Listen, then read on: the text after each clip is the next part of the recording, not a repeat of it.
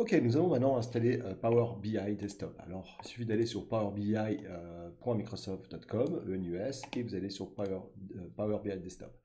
Ce que je vous conseille, c'est d'abord d'aller sur la partie Download and Language Option, parce que vous aurez plus d'options que Download ici. Donc, on va cliquer ici sur euh, Download and Language Option.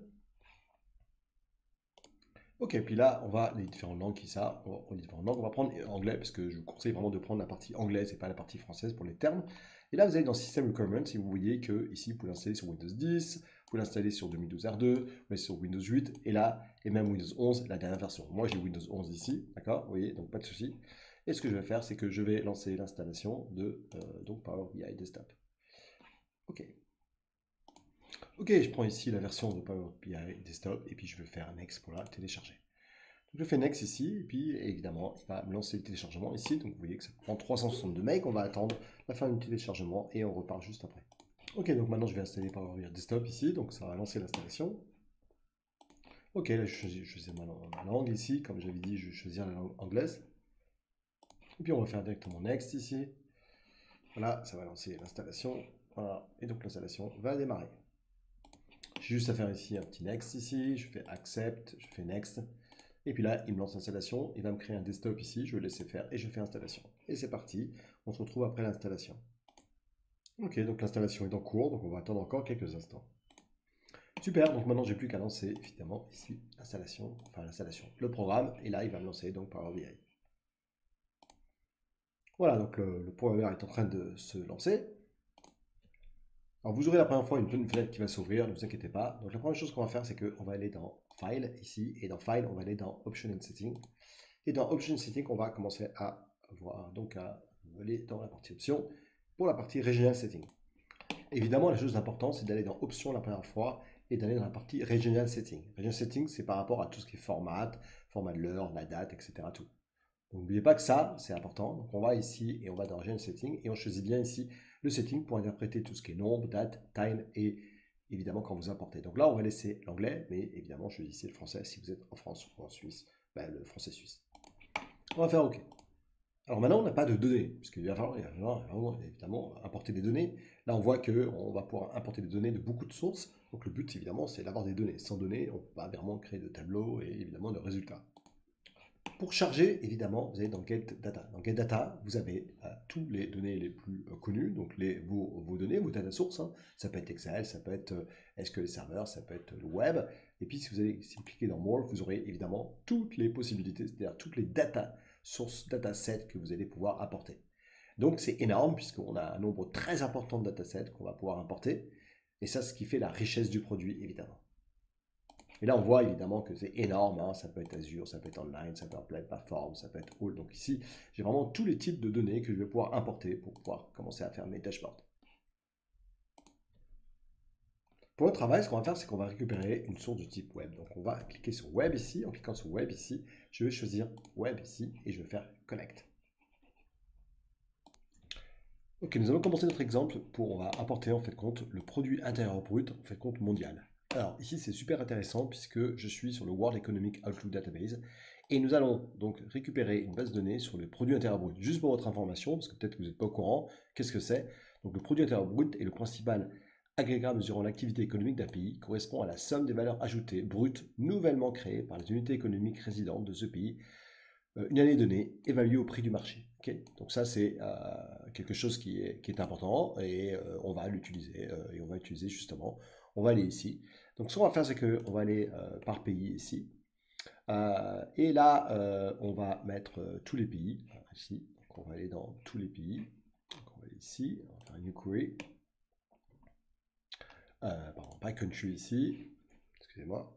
Donc on va faire tous les pays. Très bien. Et puis ici, vous voyez qu'il y a tous les pays, donc on va aller directement dans Continue.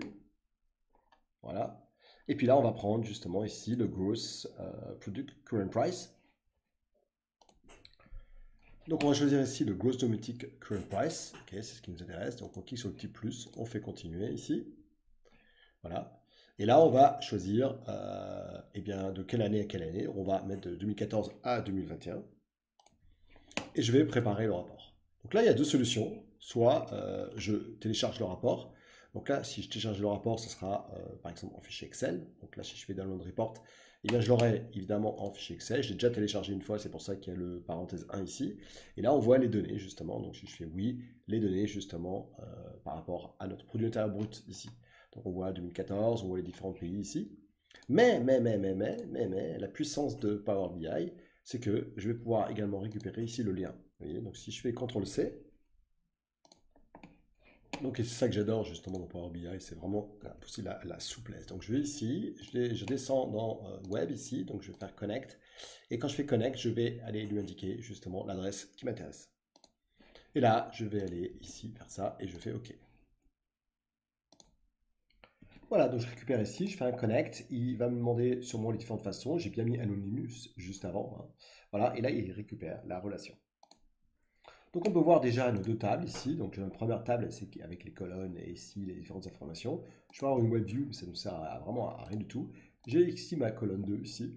Alors ça, je vais prendre plutôt l'autre parce que j'ai partie estimée qui m'intéresse pas, et donc je vais prendre cette table là. Ok, cool. Donc on va prendre la table ici numéro 1 qui t'intéresse, et puis là il y a deux solutions. Soit vous chargez ça tel quel, en fait compte avec les noms des colonnes, etc. Donc vous le prenez vraiment tel quel, soit vous transformez. Et là on va avoir Power BI Query, évidemment, on va pouvoir renommer les colonnes, etc.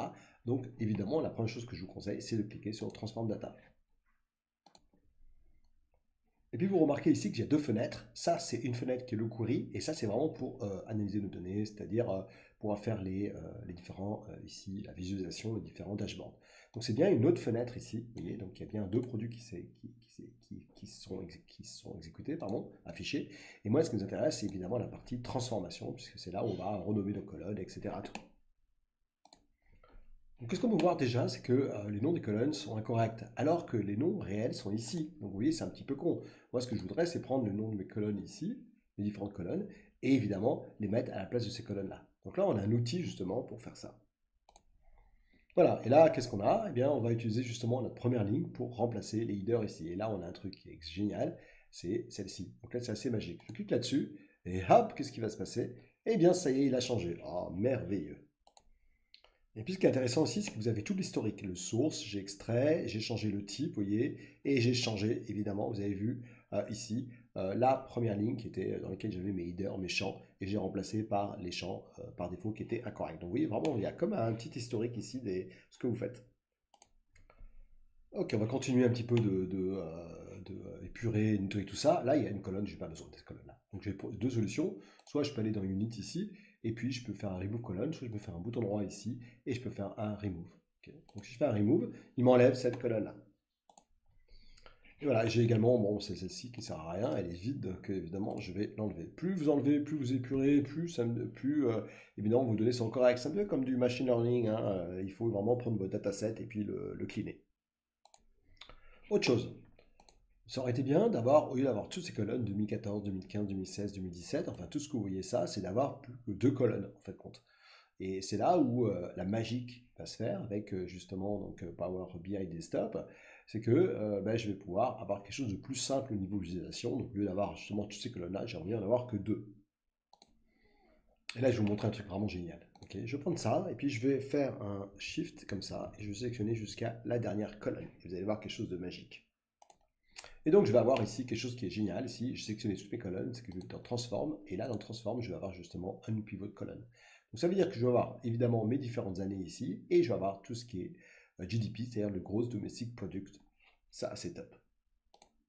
Et donc, c'est ce qu'on va faire, puisqu'on va cliquer là-dessus. Et en cliquant là-dessus, évidemment, qu'est-ce qui va se passer? Eh bien, waouh, ça c'est quand même génial. Donc évidemment, j'ai plusieurs fois les différents pays parce que j'ai par rapport ici à l'année et puis ma valeur ici qui correspond aux différentes valeurs que j'ai eues juste avant. Ok? Donc pour vous montrer évidemment la différence, si je fais ça et que je reviens en arrière, je vois ici que j'ai mes différentes années, ici mes différents pays. Donc je vois ici 74, 2016, 2017. Alors c'est quand même pas terrible. Donc on va refaire exactement ce qu'on a fait. Donc on va aller là-dessus. Et puis on va aller dans Transform et on va faire un pivot colonne. Voilà, et là, franchement, rien à voir au niveau de la lecture. Autre chose, on va changer le nom ici parce que ça ne veut rien dire. Donc on va mettre ici year, évidemment, ça me paraît logique. Et puis là, on va mettre, j'ai oublié un petit A, et là on va mettre le GDP, Gross Domestic Product. Ok, donc là on va mettre GDP ici. Alors, on va pas mettre en majuscule, c'est plus sympa. Voilà. Donc franchement, rien à voir par rapport à ce que j'avais avant. Ok, quel souci j'ai? Ben, c'est que ici, en fait, compte, j'ai du string. Et là, c'est un problème parce que c'est pas du tout du string, c'est pas du texte, hein, c'est ce qui est numérique, hein. Donc ici, pareil. Et ici, c'est pareil. Ok. Mais pour être sûr que, évidemment, j'ai des valeurs réelles à transformer, et je voudrais être certain qu'à un moment donné, il ne me manque pas, évidemment, certaines valeurs ici. Et j'ai pas envie d'avoir des valeurs non attribuées. Ok. Donc avant de faire ça, ce que je vais faire, c'est que je peux regarder ici, je peux aller par exemple dans ailleurs, et je vois tout de suite qu'il n'y a pas de souci ici, d'accord? Par contre, si je vais ici sur la partie ici, ce que je peux voir, c'est que si je descends vers le bas, tout en bas, hop là, ok, on va regarder, donc pour l'instant ça va, mais je vais peut-être avoir à un moment donné des valeurs qui manquent. Et là, ça peut être une erreur ensuite dans ma visualisation. Donc si je fais ça, si je vais en bas ici, et bien voilà, il y a marqué NA ici. Et ça, c'est un gros souci, évidemment. Donc je vais enlever ces valeurs qui ne m'intéressent pas. Je vais faire ça, vous inquiétez pas, là, cette partie-là. Et puis voilà, au moins, j'aurai enlevé ces valeurs-là. Et je fais OK. Et je vois évidemment qu'il continue à me faire mes historiques. Ok, donc je vais changer la première valeur, évidemment, et je vais mettre ici number. Ok, donc là, il me met bien. Là, au niveau des dates, j'ai juste 2014. Mais je devrais mettre normalement date and time, mais c'est également du decimal number ici. Donc je vois bien qu'il est marqué évidemment 1, 2. Alors j'ai juste fait une petite erreur. Non, c'est bon. Là, je vais mettre plutôt un. Voilà, je vais mettre ici wall number. Voilà, très bien. Ok, donc je vais faire. Alors attendez, on va faire ça. On va aller dans change type ici. Voilà, on recommence. Donc ici, j'avais dit que c'était du decimal number. Nickel. Et puis là, on avait dit wall number.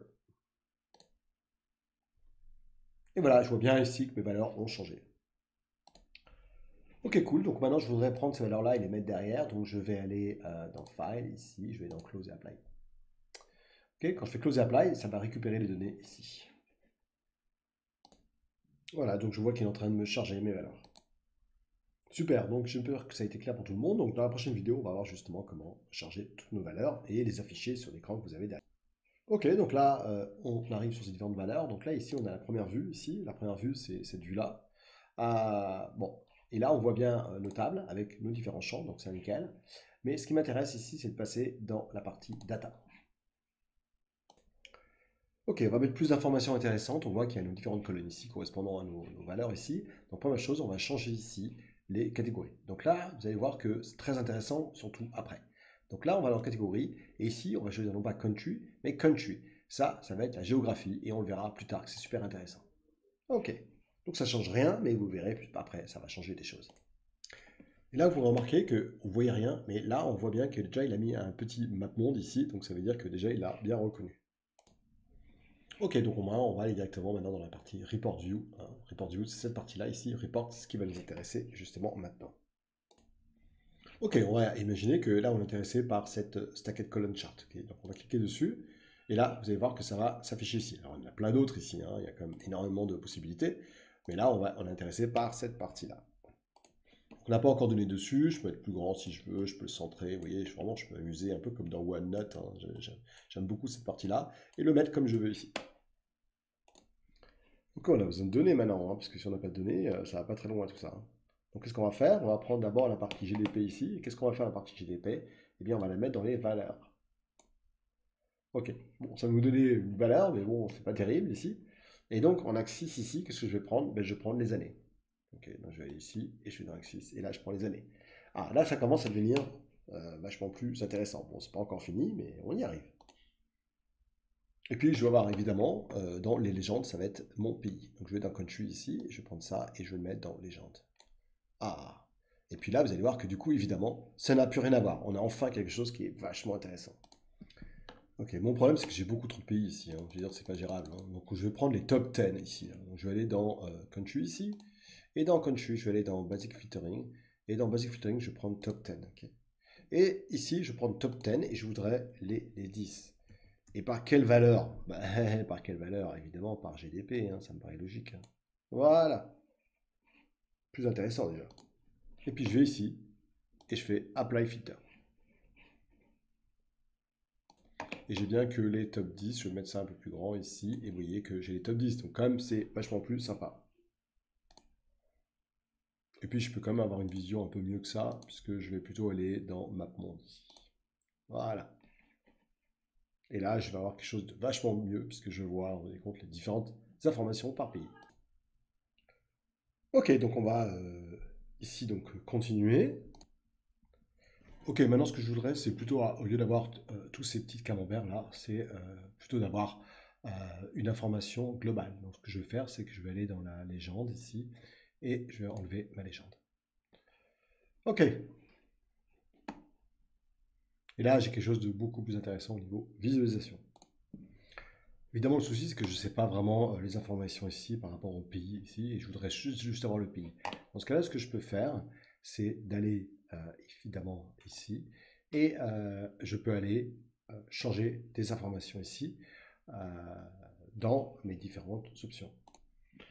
Donc là, je suis obligé de survoler en fait les différentes informations, mais là, dans ce cas-là, ce que je veux faire, c'est que je voudrais les afficher. Dans ce cas-là, je vais dans catégorie et je vais mettre off ici.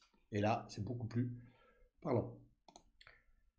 Ok, donc j'ai plus qu'à sauvegarder maintenant, d'aller dans File, et puis je peux faire un Save As. Et là, quand vous faites un Save As, vous allez voir que le format c'est Power BI File PBX. Donc ce que je vais faire, c'est que je vais aller dans mon desktop. Mon desktop, je vais aller créer ici un nouveau folder que je vais appeler Power BI. Et dans Power BI, je vais lui mettre que c'est mon premier projet. Projet 1. Et je vais faire un Save. Voilà, on a terminé cette petite démo très intéressante et puis on va continuer dans notre lab. Ok, je vous propose de revoir en détail la partie Power BI Desktop. Donc je vous montre les workflows. Le workflow, c'est les différentes phases. La première chose, c'est Data Preparation. Vous allez préparer vos datasets. N'oubliez pas que dataset, il peut manquer des colonnes, il peut y avoir des types de colonnes qui soient fausses. Donc ça, c'est le gros boulot de préparation. Ça se fait au niveau du Query Editor. Ensuite, c'est Data Modeling. Data Modeling, ça se fait sur la première fenêtre que vous ouvrez, évidemment. Et là, on peut voir nos vues et on peut voir les relationships qu'il y a par rapport aux tables. Donc ça, vous allez comprendre, c'est assez classique. Et ensuite, la visualisation. Et ça, c'est dans la partie Report View, ce qu'on a fait tout à l'heure dans le lab, quand on a affiché justement la MapMonde. Donc on va commencer par la partie Data Préparation. On va voir la partie justement principale. C'est-à-dire on va voir le data model. Hein. C'est vraiment la première fenêtre et après on verra le query editor. Alors juste pour votre information, pour pouvoir suivre dans les données, j'ai cette fois-ci récupéré directement mes données du site, vous voyez, et j'ai récupéré en CSV. Vous vous souvenez tout à l'heure qu'on peut les récupérer à travers le web, hein, et on peut les récupérer. Donc là, j'ai bien mis l'endroit où se trouve mon CSV, c'est-à-dire mes données. Ok. Donc là, c'est la première chose. Voilà, au moins de savoir d'où on parle. Allez, c'est parti. Donc on va commencer par la gauche, ici. Donc vous avez le Report View. Vous avez ensuite ici le Data View. Et vous avez les Relationship View. Ok. Donc ça, c'est les différentes vues que vous avez ici à gauche. On a un point commun partout, c'est que je sois ici dans la partie Report View, vous avez toujours ici vos champs qui apparaissent. Okay, donc je peux par exemple faire ça, vous voyez, rajouter des champs si je veux ici. Hein, voilà, donc ça c'est quelque chose que c'est possible de faire. Vous avez également ici la partie Data View, et là vous avez également vos data. Donc je peux lui choisir GDP, Scale, etc. Tout, voilà. Et puis on a ici, pareil, la partie relation. Et là, pareil, ici, j'ai mes différentes files, les différents champs. Donc vous voyez, c'est quelque chose qui est commun ici, évidemment, à tout ce que vous mettez. Donc si vous allez ici, par exemple, je peux très bien dire, ben voilà, je voudrais enlever, je voudrais enlever GDP ici, donc ça enlève.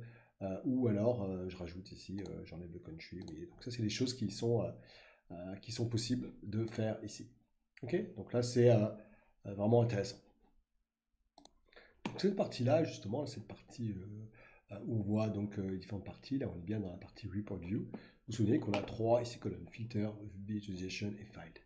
Et ici, vous vous souvenez qu'on a, par exemple, filtré par le top 10 et on a mis ici GDP ici, donc au niveau de notre tableau. Donc ici, ben, on a vu que dans la partie visualisation, on va pouvoir ici changer ici la location, les légendes. Vous vous souvenez qu'on avait plusieurs façons de voir les vues. On avait Map View, on avait peut-être ici. C'est-à-dire que c'est les différentes vues que vous pouvez avoir ici. selon ce que vous choisissez ici. Okay, donc je vais revenir sur ma vue principale. On a ici également d'autres colonnes qui arrivent. Donc ici, vous voyez qu'il manque deux options, pas de colonne, deux options. Quand je clique là-dessus, par contre, je vais avoir Format et Data Dual. Même principe ici, si je vais dans une colonne et que je choisis une colonne ici, par exemple, je vais avoir évidemment colonne 12. Par contre, si je choisis, si je prends par exemple le GDP Data ici, n'importe quoi, ça disparaît. Donc vous voyez que selon ce que je fais, j'ai d'autres options ici. Okay. Voilà, et puis vous avez ici des choses qui sont vraiment propres à notre view ici, comme par exemple la possibilité d'insérer voilà, d'autres solutions ici, hein, pourquoi pas du texte, button, shape ou image. Ok, donc n'oubliez pas ces trois vues ici, les trois vues qu'on vient de voir. Vous avez ici les options du ribbon qui changent par rapport à ce que vous faites. Ici, je peux également sauvegarder ici mes informations. Okay. Je peux ici aussi undo last action, okay, donc annuler les dernières actions, ou au contraire la refaire. Voilà, et puis tout en haut, j'ai mes choix traditionnels avec mon file lexique, etc., about, signing, vous voyez, donc ça c'est assez classique. Ok, super, donc maintenant on va voir la partie Query Editor, tout de suite. Ok, donc pour passer à la Query Editor, c'est très simple. Vous allez n'importe où ici, et vous cliquez sur Transform Data. Quand vous faites ça, je suis dans la partie Query Editor, donc on voit bien qu'il m'ouvre une deuxième fenêtre. Dans cette fenêtre Query Editor, on va commencer ici, on va se mettre comme ça, par la partie gauche. Donc déjà, je vois mes datasets. Je vois qu'il y a marqué GDP Data. Donc ici, ce que je peux, c'est changer le nom ici. Hein. Je peux, vous voyez, si je fais quelque chose ici, ça va me le changer. Donc là, ça ne m'intéresse pas, je vais remettre ce qu'on avait au départ. Et quelque chose que j'adore, c'est Apply Style. Ça fait penser beaucoup à Photoshop avec les layers, je ne sais pas si vous êtes d'accord. Donc je peux voir par exemple que ici, renommer les colonnes, vous voyez. Je peux voir également que j'ai changé le type, vous vous souvenez que là c'était du texte, donc et là j'ai mis filter row. Ok. Et puis le change type, voilà, c'est là où vous voyez que j'ai changé ici, hein, puisque vous vous souvenez que là j'ai mis du whole number, et puis là j'ai mis du decimal number. Donc là c'est super, j'adore cette façon de faire, c'est hyper pratique pour revenir en arrière. Ce que j'adore ici également, c'est que là j'ai le code. Par exemple ici j'ai changé les types. Et bien vous voyez qu'ici il y a marqué table, transformation type, filter rows, et puis j'ai mis GDP en type number, ok, type number ici. Vous voyez que c'était du type number ici. Et puis year, c'était ici du int64 type ici. D'accord. Donc ça veut dire qu'à chaque fois que je fais quelque chose, donc par exemple si je fais rename colon ici, voilà, et bien ici je vois que il y a table rename colon, unpivoted colon, attribute year and value GDP. Et pareil ici pour les différents changements. Donc à chaque fois que je fais quelque chose ici, je peux voir ici évidemment mon code ici, c'est-à-dire ma query qui me permet de changer les informations. Et surtout, si par hasard, vous ne voyez pas cette table ici, cette formula bar ici, vous pouvez dans View et cliquer, oui, formula bar, on peut évidemment, donc si vous ne l'avez pas, là je l'ai, donc ça sert à rien que je l'enlève. C'est pareil à droite, si vous n'avez pas cette partie-là, vous pouvez aller dans Query Setting et puis elle s'affiche ou pas, vous voyez ici, là. Donc ça permet de, ok, tiens, je sais pas, ma Query Setting, je peux l'enlever là, mais pas grave puisque je peux la rajouter ici. Donc j'ai deux possibilités ici. Vous voyez que dans la partie Home, j'ai pas mal de choses ici. Par exemple, vous vous souvenez, Use First Row as Either. Mais je peux aller ici dans Transform où là j'ai beaucoup plus d'informations. Okay, j'ai plein d'infos ici, super intéressantes. Mais là, c'est disons un niveau plus avancé que la partie Home qui est assez traditionnelle. Ok, donc on va changer ici et on va faire un Close et Apply. Bon, on n'a rien fait de spécial pour fermer la fenêtre Editor. Ok, pour la suite du cours, je vais vous montrer comment utiliser des fichiers que j'ai récupérés sur le net. Donc ce qu'on va faire en premier, c'est qu'on va fermer cette fenêtre-là. Donc ici, je peux faire un change. Bon, j'ai rien fait de spécial, donc c'est pas grave. Ok, donc là, je vais juste relancer donc, mon Power BI. Ok, donc je vais aller taper Power BI. Voilà, on va juste lancer le desktop ici. Donc desktop, voilà. Donc, je vais juste fermer cette fenêtre-là parce qu'on n'en a pas besoin. Je vais aller ici dans File Option Setting. Et je vais aller dans Options, que je vous montre un petit peu. Donc ici, vous avez deux types d'options. Vous avez des options globales et des options current file. Donc ça, c'est global et ça, c'est vraiment pour le fichier. Donc il y a pas beaucoup d'options ici intéressantes. Voilà, donc les choses moi qui sont importantes quand vous commencez un projet, c'est de vérifier ici le langage. Ok. Donc là j'ai use, et là ce que je vais faire c'est que je vais mettre English United States. Ok, après vous mettez ce que vous voulez, hein, mais là dans mon cas de figure, on va aller mettre English United States. Donc je vais chercher l'information qui va bien. Elle est là. Ensuite, ce que je recommande, quelque chose d'important, c'est que quand vous chargez, vous enlevez toute la partie type détection. Parce que sinon, moi je préfère enlever, comme ça c'est moi qui le fais. D'accord. Donc là, les détecter les colonnes type et les headers, donc ça on enlève. Importer relationship data source, on va enlever. Vous voyez, donc ça peut être intéressant. Hein. Et autodetect. Moi, on part vraiment d'une configuration manuelle. Évidemment, je ne vous parle pas de cette partie-là, parce que c'est super important. Hein. Donc là, on va mettre United States ici. Oui, vous vous souvenez que ça c'est important pour pouvoir déterminer et reconnaître et interpréter les nombres, les dates et les times qui sont importés dans vos datasets.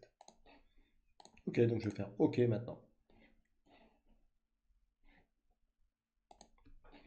Donc là, il est le moment de redémarrer, on le fera après, mais ce qui est important, c'est de sauvegarder justement ce blueprint. Blueprint, c'est-à-dire cette configuration par défaut qui est intéressante, puisque elle est pré-créée, hein, si vous n'avez pas besoin à chaque fois de le faire.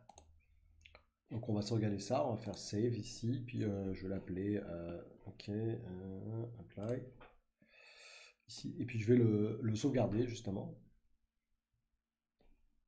Voilà. Et puis je vais aller dans Power BI ici, et là on appelle ça un blueprint, d'accord. Bon, moi j'ai mis projet blueprint, d'accord. Donc là c'est intéressant. Donc vous pouvez le sauvegarder comme vous voulez. Donc là je vais appeler projet blueprint, comme ça je vais pouvoir démarrer avec ça. Donc je fais yes pour le remplacer. Et puis je vais fermer mon Power BI ici. Et puis ce que je vais faire après, c'est que je vais double-cliquer justement sur ce fichier que je viens de créer. Et comme ça, je suis certain que voilà, il va le charger correctement. Donc je vais aller dans Power BI, je vais aller dans Template et je vais double-cliquer là-dessus. Ok, donc nous allons commencer par la partie Data Preparation. Donc ça va être le prochain mot. Et salut à tous. Donc cool, nous sommes à la partie Data Preparation Query Editor. Nous allons voir comment faire quoi, donc se connecter à nos fichiers, éditer lignes et colonnes, ajouter des queries, création d'un data schema et opérations mathématiques. Let's go. Première chose, nous allons travailler avec des données. Vous vous souvenez qu'on peut faire un get data pour récupérer les données, mais nous, on va le faire à travers le transform data. Donc, on va ouvrir le Query Editor.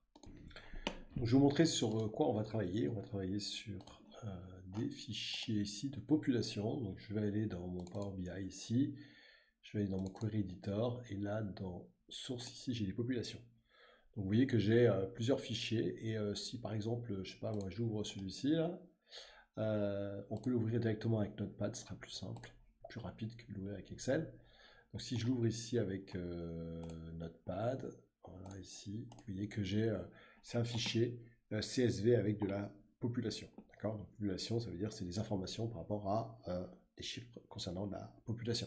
Donc là j'ai trois fichiers, et là je vois ici male, femelle, etc. tout.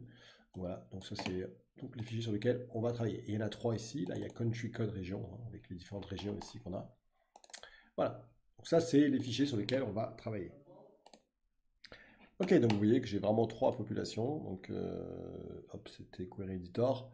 Donc souvenez-vous de l'endroit où il y a ça, donc je vais peut-être faire un CTRL-C, et là on a bien les populations entre 50 et 1999, 2000, 2049, 2050. Alors, j'espère que la population va grandir, ou en tout cas on s'en va avec le Covid. Oh là là, bon, enfin, on n'en parle pas là, c'est hors cours. Ok, c'est parti. Donc, comme c'est des fichiers CSV, on va aller dans New Source ici, et puis nous allons choisir Other, More ici. Et dans More, dans All, on va choisir Text CSV, parce que vous savez que c'est des textes CSV ici. Hein. On voit bien que c'est du texte CSV, hein, CSV ici. Donc je vais dans Text CSV, je choisis Text CSV. Donc encore une source hein, traditionnelle, hein, une des plus connues, hein, CSV, comma, separated value. Donc je vais dans texte ici, je vais dans connect ici, puis je vais aller me connecter sur le premier. Donc je vais faire ça, Query Editor, et je vais choisir le premier, c'est-à-dire 1950 à 1999. Donc là on a quoi? On a l'origine ici du fichier. Vous avez également ici le délimiteur, donc ça c'est du comma, on l'a vu. Et puis là, il n'a rien détecté. Pourquoi? Parce que vous vous souvenez qu'on avait dit de rien détecter. Ah, mais ça c'est quelque chose vous êtes de faire vous-même. Alors c'est pratique la détection automatique, mais nous dans notre cas on ne veut pas. Et puis là on voit qu'il y a un souci déjà ici, hein, puisque le nom apparaît ici et pas ici. Ok, donc ça, on va le voir ensemble. Donc on fait OK. Donc qu'est-ce qu'on a ici? On a les différentes colonnes ici. Je vais mettre là, voilà. Et ici, dans source, qu'est-ce qu'on voit? On voit les informations ici de ce qu'on a récupéré ici avec le CSV, file origin, line breaks et comma ici. Donc vous pouvez refaire browse, changer. Et puis après, vous devez faire un apply. Hein, donc évidemment. Donc si vous changez l'endroit où se trouve ce fichier-là, ben, il va falloir lui dire ici, lui, il ne sait pas faire. Ok, donc on va charger les autres. Donc on va aller dans New Source. On avait dit text CSV. Et là, je vais prendre mon deuxième. Voilà, donc là, même principe, il va me montrer un fichier. Ben là, je ne vais rien faire, puisque c'est bon, on a vu. Bon, là, il y a plein de soucis hein, là-dedans. Donc, il va falloir qu'on fixe ça après. Et puis, on va aller ouvrir le troisième. Donc, on fait New Source File. Et vous voyez, comme ça, vous pouvez les ouvrir. Et le dernier, c'est de 2050 à 2100. Bon, je pense pas que je serai encore en vie, quoique on est en 2022. Ouais, bon, allez. Je pense que je verrai Windows 49, enfin je sais pas quoi. Enfin bon, voilà. Ok, et là je mets mon troisième fichier. Pareil, ici je viens d'ouvrir mon troisième fichier, donc je fais OK, et voilà. Donc là j'ai mes trois fichiers. Ok, qu'est-ce qu'on a comme souci déjà ici? Ben, vous voyez qu'ici j'ai ma première ligne ici avec le nom des colonnes ici. Et donc il va falloir que je supprime celle-ci. Et moi ce qui m'intéresse c'est celle-ci. D'accord? Et donc après vous imaginez qu'à un moment donné on va aller dans Use First Row as a Header. Donc là, j'ai enlevé cette colonne-là ici. Donc il y a plusieurs solutions. Je peux faire évidemment remove colonne si je veux ici. Donc là, c'est relativement simple. Donc là, c'est la première chose que je peux faire. Donc là, remove row, pardon. Ou alors, je peux aller ici. Et puis, je peux lui dire évidemment de m'enlever évidemment une ligne que j'ai pas besoin. Donc là, je peux aller là. Et puis, je peux aller dans remove top rows ici. Et je peux lui dire qu'il me vire la ligne numéro 1 parce que c'est celle qui ne m'intéresse pas. Alors ça, c'est une possibilité que vous avez. Et là, pof, il vous vire la ligne numéro 1. Ce qui est intéressant quand vous enlevez des colonnes également, si vous avez ici dans Remove Rows, vous avez un truc que j'aime beaucoup, c'est Alternate Rows. Donc ici, pourquoi c'est intéressant? Parce que vous allez pouvoir lui dire, bah écoute, à partir de la ligne 1, ok, tu m'enlèves, je sais pas, par exemple le 3, donc ça veut dire qu'il va prendre la 1, et il va en enlever 3, donc 1, 2, 3. Et puis là, je peux lui dire, bah, tu me gardes 5. Donc, qu'est-ce qu'il va faire? Il va commencer à 1, il va enlever la 1, la 2, la 3, et puis il va me garder la 5. 1, 2, 3, 4, 5, et il va recommencer. La 1, 1, 2, 3, 1, 2, 3, 4, 5. Et donc, ça, c'est le genre de choses que vous pouvez faire. Donc, si je fais, par exemple, OK, ben voilà, il m'a enlevé, vous voyez bien qu'il y a marqué 24, 28, 32, etc. Tout. Allez, on va enlever ça, puisque c'était juste un exemple. Évidemment, on a également Keep Rows. Je peux lui dire, écoute, c'est très simple. Je vais pouvoir lui dire Keep Top Rows. Et je peux lui dire, bah, tu me gardes, je sais pas moi, les 5 premières. Je peux aller ici dans Keep Rows. Et puis, je peux lui faire également Keep Range of Rows. Ici, en disant, bah, à partir de la deuxième, tu m'en gardes 6. Voilà, donc on veut vraiment s'amuser. Voilà, puis on va prendre notre ligne ici, vous en souvenez, puis on va faire Use First as Header. Voilà, et là, on a évidemment correctement le nom des différents premiers champs, les headers de notre document. On va juste faire la même chose pour les autres. On va aller là, on va aller ici, et puis on va faire ça. Voilà, et on va faire la même chose ici, tac, et voilà, comme ça au moins on est propre partout au niveau de nos datasets. Ok, maintenant on a un problème, c'est que si on prend ici, on voit qu'on a des NA. NA, c'est pas des erreurs, hein. C'est pas comme si justement on va pouvoir gérer les erreurs, hein. Non, c'est pas ça. Ok, parce que dans Remove Rows, on pourra aller là et puis on pourrait enlever les erreurs. Donc il va falloir qu'on le structure un peu mieux notre fichier. Ici on a NA, d'accord? Donc ça veut dire que là dans Location, ici, on peut taper NA. Le problème c'est que dans NA, il y a Afghanistan, etc. Tout. Donc ça c'est une connerie. Donc je vais aller directement ici, puis je vais supprimer NA ici tout simplement. Donc le son c'est trié, donc c'est simple à trouver. Et là je vais l'enlever, et puis je vais faire OK. Donc là je vois qu'effectivement il me l'a enlevé. Ensuite faites attention à cette petite ligne verte ici. Ligne verte, vous voyez que quand vous allez là-dessus, dans les différentes informations, on a les informations ici, comme quoi tout est bon, vous voyez c'est vert. Par contre là, il y a un problème, c'est ici.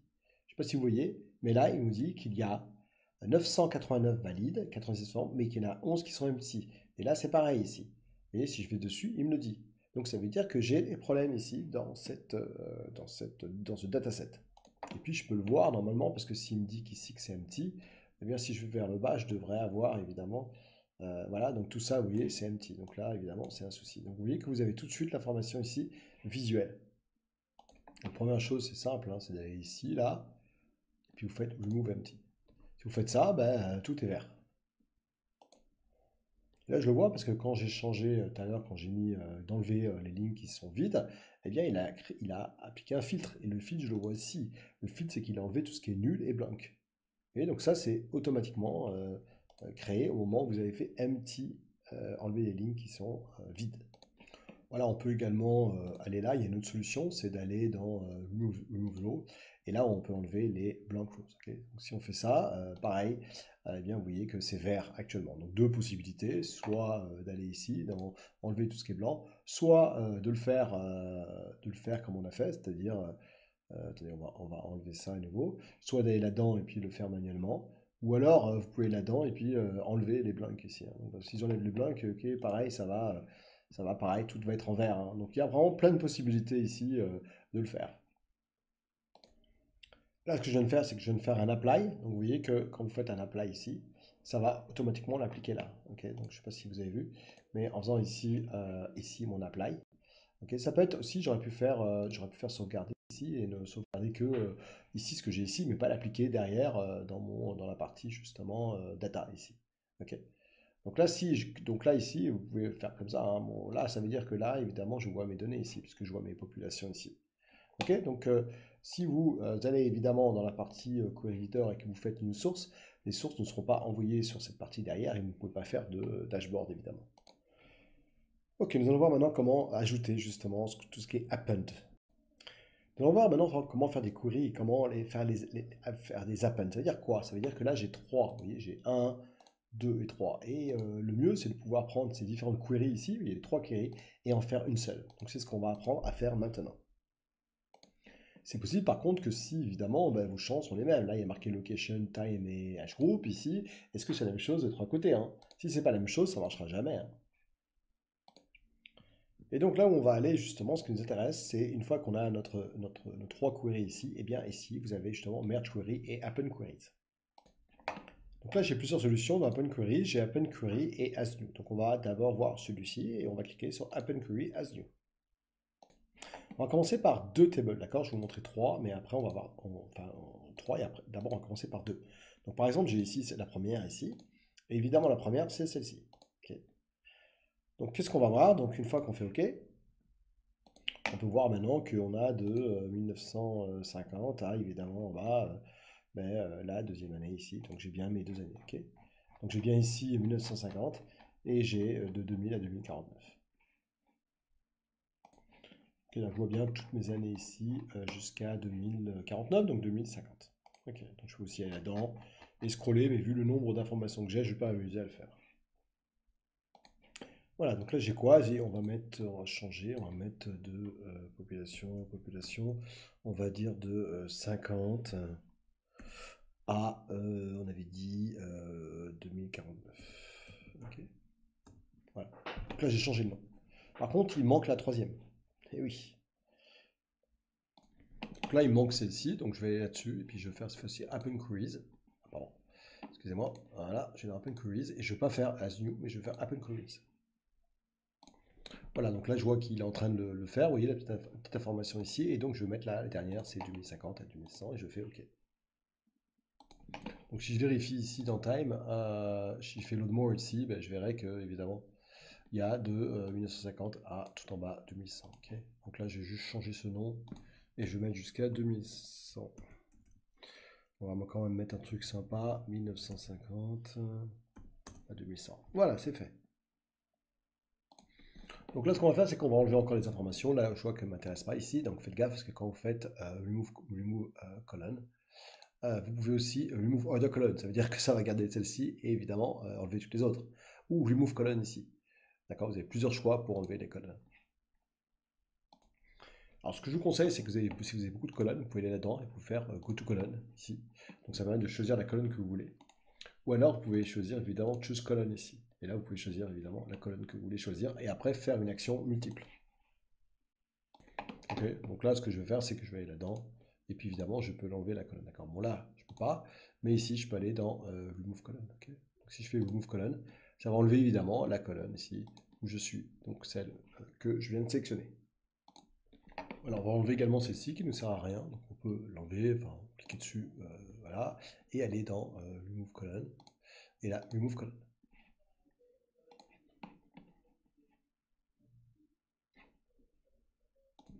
Ok, on va changer un petit peu le nom de notre colonne ici. On va changer loc ID, on va mettre country ID. Voilà, j'ai changé ma colonne et j'ai mis country ID ici. Je renomme également ceci country parce que location, j'aime pas trop. Mais je peux mettre aussi pays si je veux. Hein. Ok, d'accord. Donc là, j'ai mis country. Avec un C, ça marche mieux. Voilà, et puis là, je vais mettre l'année.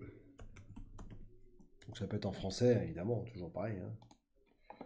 Voilà, ici, je vais mettre age, et puis je vais mettre groupe. Comme ça, ce sera plus clair à comprendre. Tiret groupe. Je vais changer ça également. On va mettre population pour les hommes. Donc population, on va mettre ici. Donc là, c'est pour les hommes. Donc je vais juste prendre ça pour éviter que je le refasse. Voilà. Et puis on va faire la même chose ici. Mais cette fois-ci, c'est female. Ok, donc je vais mettre là population. Et puis là, on va mettre. On va prendre ça et on va mettre female. Voilà. Voilà, j'ai renommé la dernière également population totale. Alors, j'ai d'autres soucis évidemment là-dedans. Par exemple, je ne sais pas si vous allez dans Edge Group par exemple, si vous allez dans No More ici, ben, qu'est-ce que je peux voir? Je peux voir ici que dans l'Edge Group ici, il y a par exemple ici 14 octobre. Je ne vois pas ce que ça fait ça, mais enfin bon, il va falloir l'enlever tout ça. Hein. Donc là, je vais faire un replace value sur ma colonne. Donc ça doit changer par exemple ici, comme je vous l'ai dit tout à l'heure. Là, par exemple, je peux voir dans No More ici que je voudrais changer par exemple ma valeur. Donc je ne sais pas ici. Si je vais ici, j'ai 14 octobre ici. Qu'est-ce que j'ai d'autre? Je peux avoir d'autres valeurs, évidemment, si je veux. Mais je vois déjà qu'il y a des... Par exemple, là, 9 mai, ben, ça va pas du tout. Puisque 9 mai, ça va être 5-9. Ok, 5-9 parce qu'on est en anglais. Ok. Donc, je peux changer ça, ici. Et puis, dans ce cas-là, je vais ici, dans le groupe, et je fais Replace Value. Et là, je vais mettre 9 mai. Donc, j'avais dit 9-mai. Voilà. Et je le remplace par 5-9. Ok, puisque on est en anglais. Donc, c'est le mois en premier. 5-9.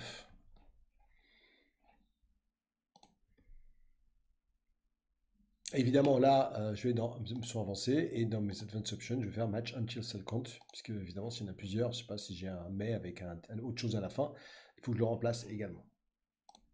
Donc là, on va appliquer ça et normalement, ben, ça a disparu. On va quand même aller dans un groupe ici, on va faire le more et là, normalement, je ne devrais plus avoir le mais. On va voir tout de suite, peut-être que je l'ai mal fait. Voilà, oui, c'est parti. Par contre, on a toujours le 14 octobre.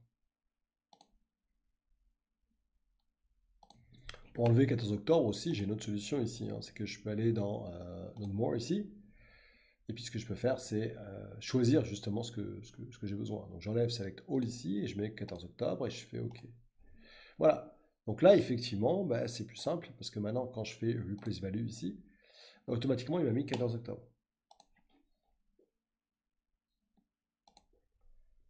Voilà, donc là, du coup, bah, c'est vachement plus simple puisque je peux faire 10, 14. Je vais dans mes options, je fais là-dessus et puis je fais OK. Donc là, vu que j'ai que 10-14, je vais enlever mon filter row ici, d'accord? Et là, je vais faire évidemment delete step. Et là, je retrouve bien évidemment toutes mes valeurs ici, normales, comme vous avez vu. Et évidemment, mes valeurs sont toujours correctes parce que si je fais ça, je vois que effectivement 10-14 sont toujours là. Donc il m'a bien enlevé les mauvaises dates qui étaient mal formatées. On va juste terminer une dernière chose, c'est que là, il y a un problème de formatage. Comme toujours, il y a marqué ABC, ABC, ABC, et c'est pas du tout du texte, évidemment. On va commencer par le country ID. Country ID, évidemment, ben, c'est quoi? C'est du whole number ici. D'accord? Donc là, on est bien country ID. Première chose qu'on a fait. Ok, on va aller également là-dedans, puis on va dire également que c'est du whole number. Ok, alors on n'a qu'une date, hein, sinon on aurait pu mettre en date, évidemment, s'il y avait le mois et le jour. N'oubliez pas qu'on a enlevé la détection automatique. Par contre, je peux à nouveau le faire si je veux, puisque je peux aller dans Age Group, je peux aller dans population, là-dedans, et puis je peux essayer de lui dire est-ce que tu peux détecter le type de données. Voilà, et vous voyez que du coup, bah, il me l'a fait correctement.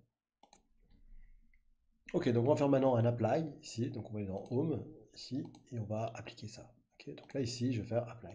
Donc là, ça va prendre un petit peu de temps, parce que ça va enlever l'information et l'envoyer dans la partie modeling. Et là, ping, c'est le bug, puisque là, il y a des erreurs. Alors, on va aller dans View Error. Alors oui, c'est possible qu'il y ait des bugs parce que parfois ça plante. Alors ça cherche, ça cherche, ça cherche. Donc si ça fait ça, c'est pas grave, on va le refaire une deuxième fois. Ok, et puis là, ben, on va essayer de voir. Et là, apparemment, il y a une erreur ici. D'accord? On va essayer de voir l'erreur qu'il y a. Et là, j'ai cliqué sur l'erreur, et oui, parce que regardez bien, là, il y a un problème, c'est que dans la valeur, il y a le mot erreur. Donc ça, c'est vraiment une connerie.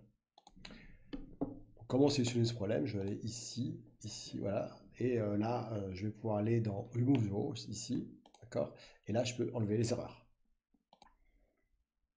Donc là, si vous voulez remplacer la valeur, le problème, il est là, c'est que c'est assez marrant, c'est que si vous allez sur l'erreur, là, ici, vous allez voir l'erreur qui va apparaître en bas. Ok, je l'ai déjà mis dans la mémoire, on va pas s'embêter à refaire.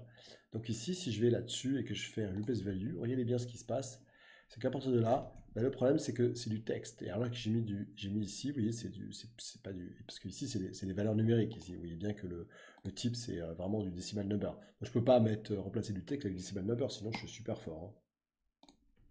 Donc le seul moyen, c'est de changer le change type ici. D'accord. Donc si je fais ça, ben voilà, on revient à l'ABC, vous vous en souvenez, hein. Donc là, je vais pouvoir le faire. Et donc là, évidemment, je peux aller là-dessus, je peux faire un replace value. Je prends ici ma valeur.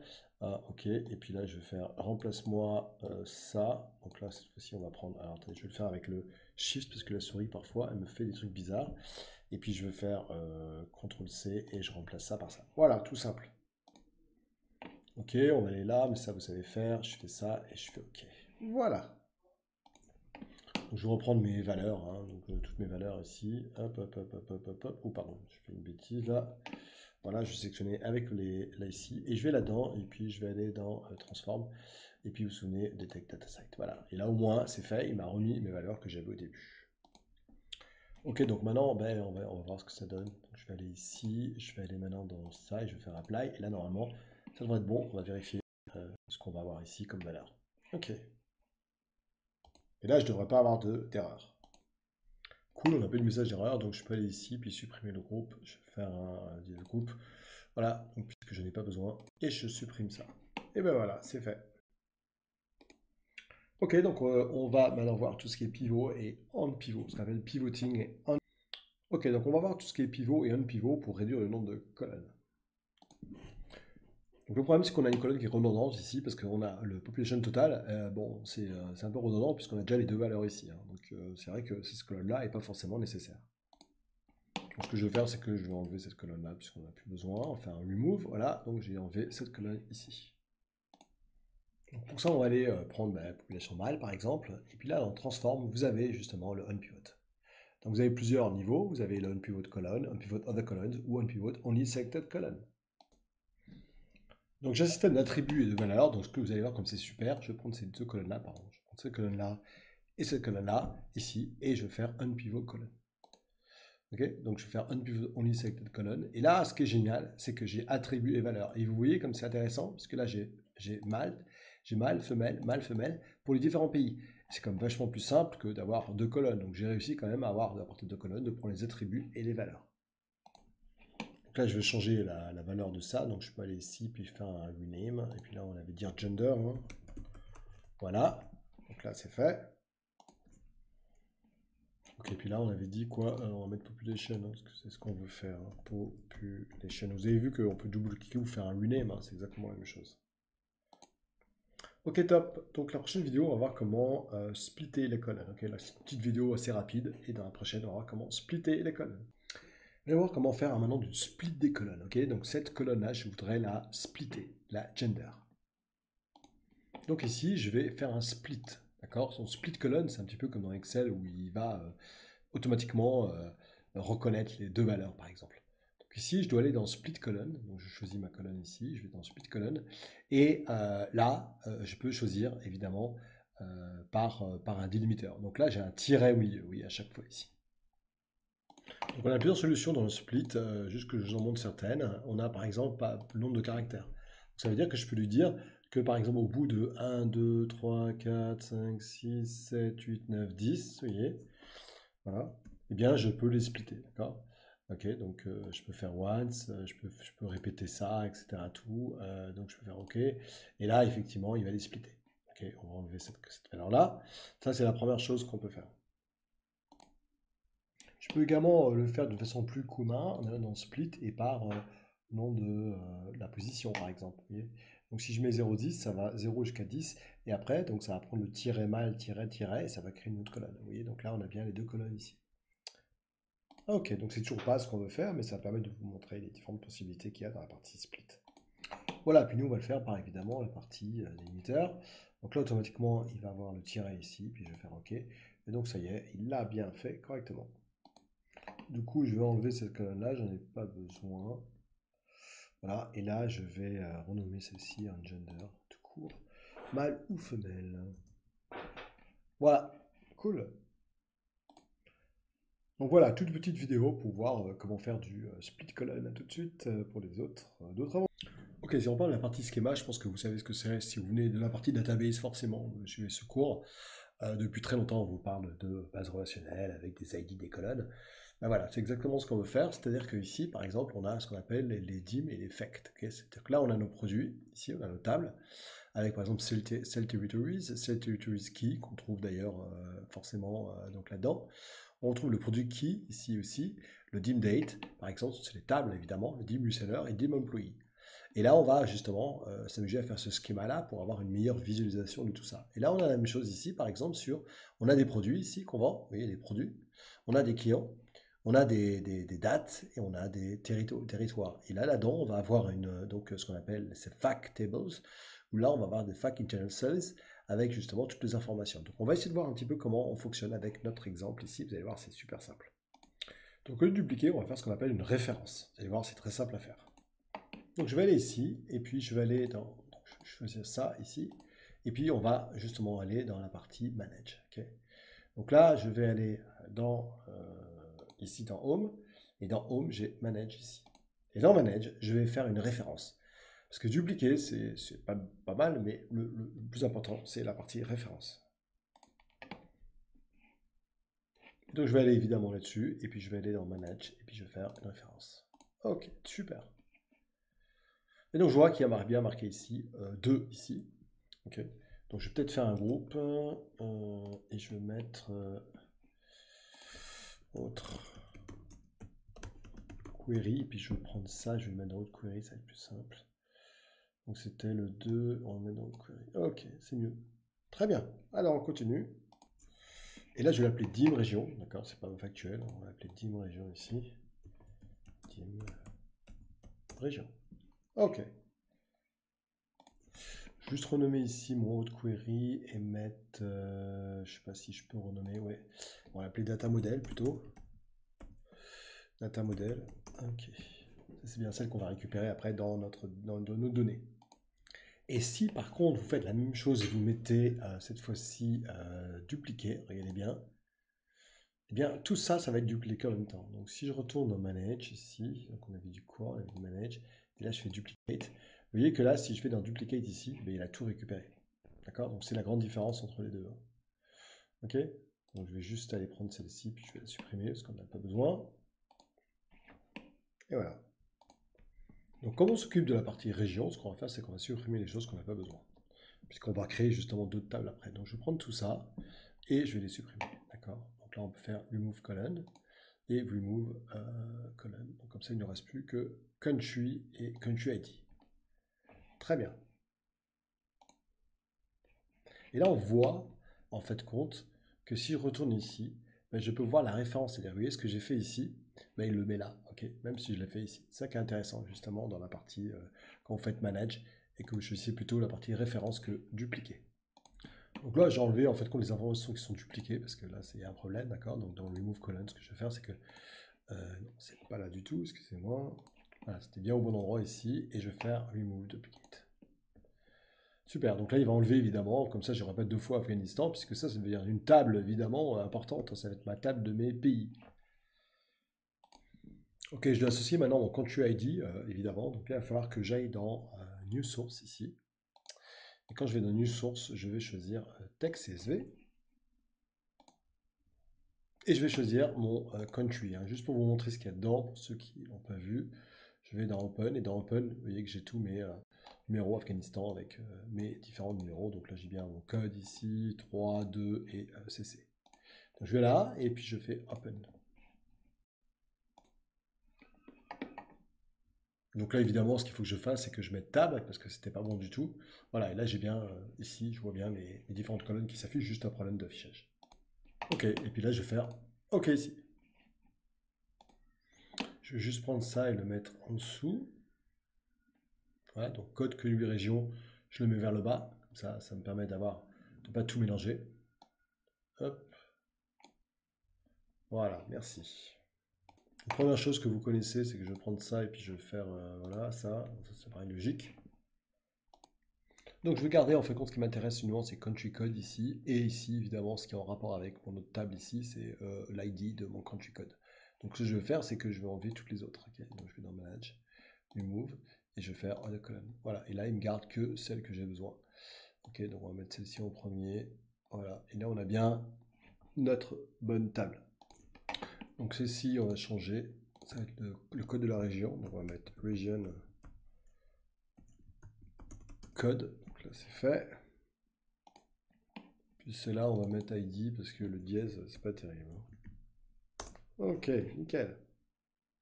Alors ici, on a juste un problème, c'est que dans les dim régions, on a country ID et là, on a quoi? On a ID. Hein. Donc je fais exprès, mais vous allez voir qu'après, il va falloir que je le corrige. Hein. Donc là, j'ai un petit souci ici, vous voyez. Donc là, je peux enlever. Donc là, ce que je vais faire, c'est que je vais enlever dans Move Rows, je vais enlever les empty, d'accord? Donc là, je vais faire un. Je vais enlever directement, donc évidemment, les blank rows. Donc là, je vais ici, puis je vais dans Remove Rows, et puis évidemment, je vais faire blank rows ici. Voilà, et là, j'ai plus mon erreur. Ok. Donc si j'attends un petit peu, je devrais plus avoir mon erreur ici. Ok. Là, j'ai encore un problème. Donc ce que je vais faire, c'est que je vais aller là. Je vais faire Remove Empty, et là, ça devrait être bon. Ok, nickel Chrome. Donc évidemment, on a un problème, c'est qu'on n'a pas le nom complet ici. Parce que là, on a vraiment un nom complet ici, mais voilà, et là, on n'a pas le nom complet. Donc je vais m'arrêter là pour la vidéo, d'accord? On va continuer, et on va continuer cela sur justement la partie schéma. À tout de suite. Ok, donc juste qu'on se rappelle de ce qu'on doit faire. Donc je vais revenir ici sur notre cas de figure. C'est que ici, j'aimerais bien avoir, j'aimerais choisir, enfin, avoir une information de savoir à quoi correspondent ces pays-là, parce que les region codes, c'est quand même pas terrible. Donc, pour ça, je vais créer une nouvelle table, et pour ça, je vais cliquer sur Enter Data. Et quand je fais ça, eh bien, j'aurai une option de créer une nouvelle table. Et ça, c'est ce qui m'intéresse justement pour savoir à quelle région correspond justement mes codes. Alors, je ne sais pas trop ce que je dois mettre pour l'instant, mais on va voir. Donc ici, on va l'appeler region. On va l'appeler full name, puisque c'est là où je vais avoir le nom complet en fait de ma région. Et donc j'ai cette table qui est vide pour l'instant, je vais faire OK. Voilà. Donc là, évidemment, il va falloir qu'on rajoute des informations pour continuer notre lab. Donc on va d'abord aller ici, et puis on va enlever tout ce qui est duplication. Donc on va aller dans Remove Rows, et on va faire Remove Duplicated. Voilà, donc au moins j'ai uniquement ce qui m'intéresse. Donc ce que je vais faire ici, c'est que je vais aller ici, dans le choix, ici, il faut que j'aille ici, dans le Region Table, ici, Region Table, et que je fasse un copy. Et puis ce que je dois faire maintenant, c'est que je vais enlever justement ça, mes filter rows ici. Voilà. On va juste recommencer. Et je vais enlever ici, donc vu que j'ai fait copy ici, je vais enlever remove duplicate. Ok. Donc je retourne ici dans mon full name. Et puis ici, ce que je voudrais, c'est changer les sources. Donc je vais dans source. Et dans source, je vais aller ici et je vais faire un paste. Voilà. Donc là, j'ai bien mes régions de code avec mes différentes ici, comment dire, valeurs ici que j'ai réutilisées dans ma table. Quand j'ai fait un copy, vous vous souvenez, j'ai enlevé tout ce qui est dupliqué et j'ai gardé évidemment ce qui m'intéresse.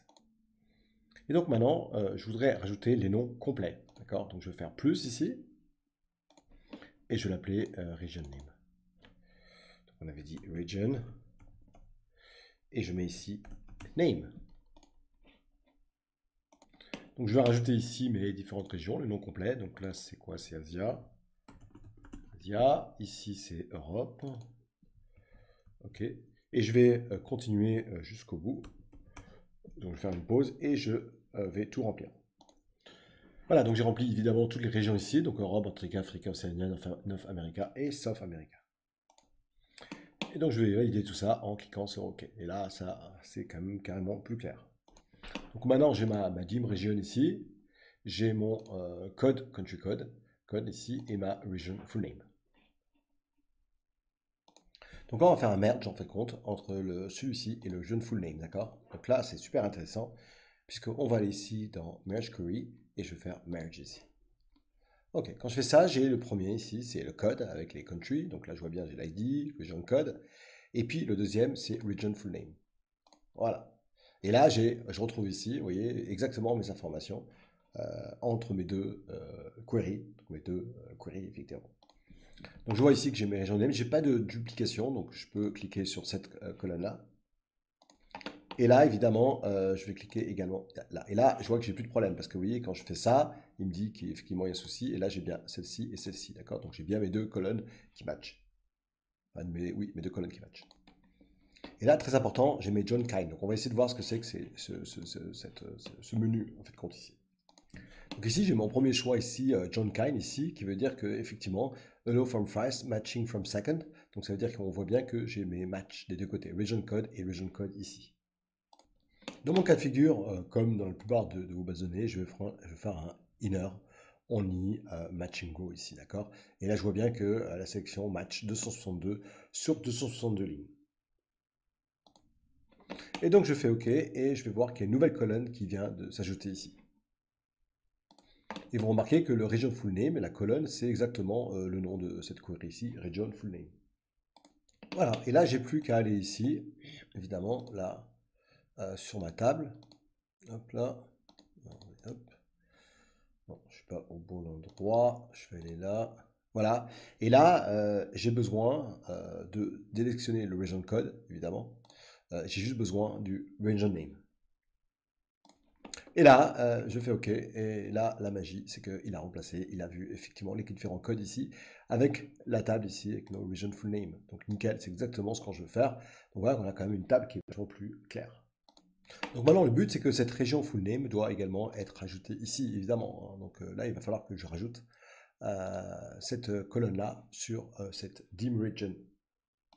Donc on va faire la même approche, on va aller dans la partie dim region ici. Et donc je vais aller ici dans la dim region et je vais faire la même chose, merge query, et puis je vais faire directement un merge query. Donc là, je reviens à mon control ID avec mes différentes informations. Et là, je vais ici et je vais dans country region. Le premier problème qu'on a, c'est que ici on a country ID et là on a ID, donc c'est pas forcément terrible. On doit avoir forcément le même nom de colonne. Et là d'ailleurs on le voit bien parce que si on prend country ID et qu'on met ID ici, il me dit qu'il y a un problème. D'accord? Il me dit select column of the same type.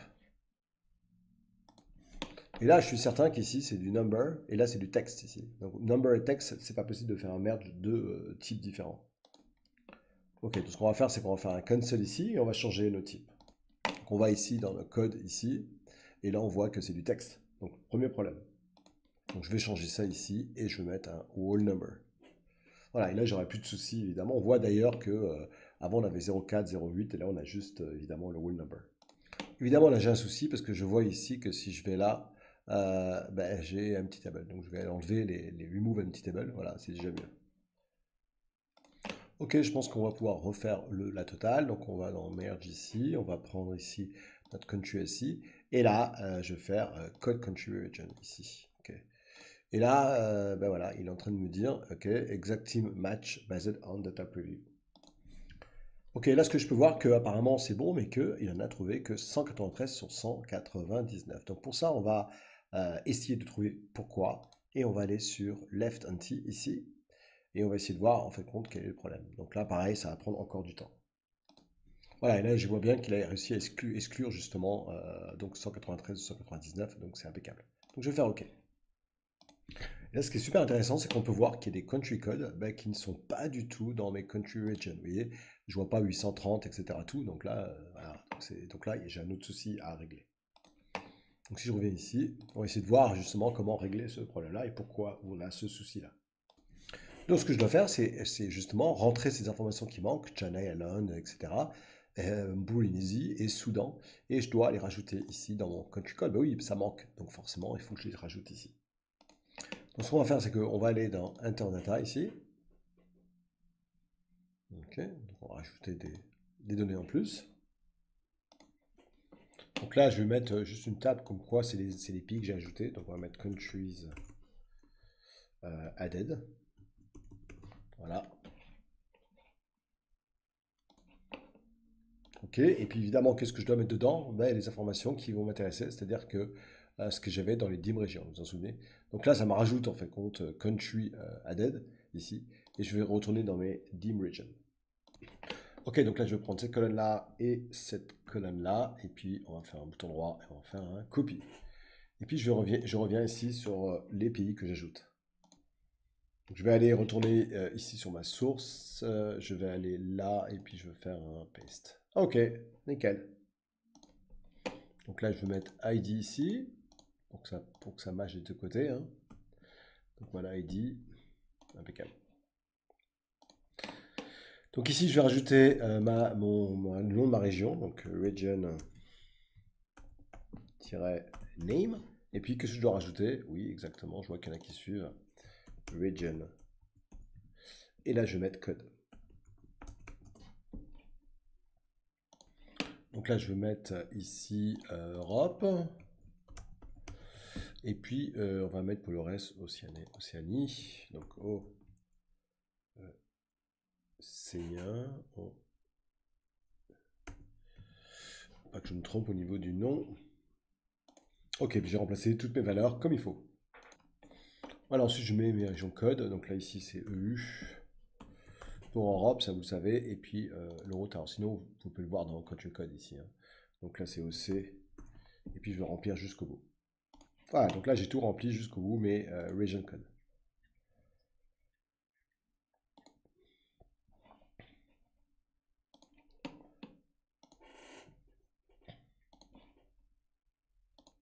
Voilà, donc on vient de valider donc nos country added. Donc je dois ajouter ça, en fait, compte à mes country region. Voilà. Et ensuite, le merge sera correct. Donc vous voyez que là, j'ai ce côté-là, et j'ai mes pays que je viens d'ajouter. Je dois quand même vérifier que dans mes country added ici, j'ai le même format. Ben, j'ai pas le même format du tout. Donc là, whole number. Ok, donc là, c'est bon. Et je peux voir qu'ici, maintenant, j'ai 1, 2, 3 des deux côtés avec l'ID qui correspond.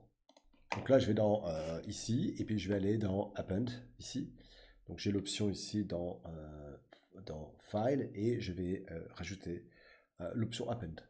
Donc Append Query ici, voilà. Je clique sur Append Query. Et donc je vais rajouter ça à travers Country Added, ça vous avez compris. Et je vais rajouter ces éléments-là. Ok, apparemment j'ai pas d'erreur, donc ça me paraît pas mal. Et donc là apparemment ça a bien marché, on va juste voir si c'est bon. On va aller voir là par exemple la 830. On va ici et on va chercher 830 pour vérifier s'il a bien ajouté. Oui, impeccable, j'ai vu qu'il a bien ajouté. Ok, donc je peux enlever le filtre ici et puis on va faire un select all. Ok, donc là j'ai bien toutes mes valeurs qui sont sectionnées, nickel.